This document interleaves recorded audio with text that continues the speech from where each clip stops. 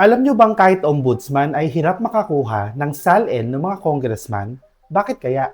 Pag-usapan natin. May statement si Ombudsman Boying Rimulya na hirap daw makakuha ng Statement of Assets, Liabilities, and Net Worth ng mga House members ang mga investigador nila. Inimbestigahan ng Office of the Ombudsman ang flood control corruption, di ba? Kung saan nadadawit ang ilang mambabatas. Itong salin pwedeng gamiting lead para tingnan kung may tinatagong yaman ba ang mga opisyales or kung may irregularities sa properties nila. Kasi ang salin, sama rin ng yaman at pagkakautang ng mga taong gobyerno. Sa batas, taon-taon itong ipinapasa sa iba't ibang opisina. Yung sa presidente, vice-presidente, heads ng constitutional commissions, ombudsman ang custodian. Itong sa mga House members, nasa Secretary of the House. Sabi ng 1987 Constitution at ng batas, dapat nakukuha ng publiko ang mga salin.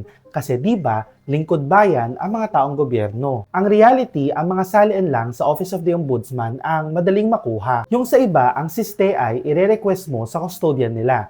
Pero good luck kung ibigay. Ganyan ang kaso ngayon ng ombudsman. Sa house nila inire-request pero kailangan muna aprubahan ng lower chamber. In case you don't know, may 2021 ruling ang Supreme Court na nagsasabi na discretionary o nasa sa custodian daw talaga kung magbibigay ng salin o hindi. Nung pork barrel scam din, nahirapan ang mga ombudsman prosecutors na humingi ng mga salin.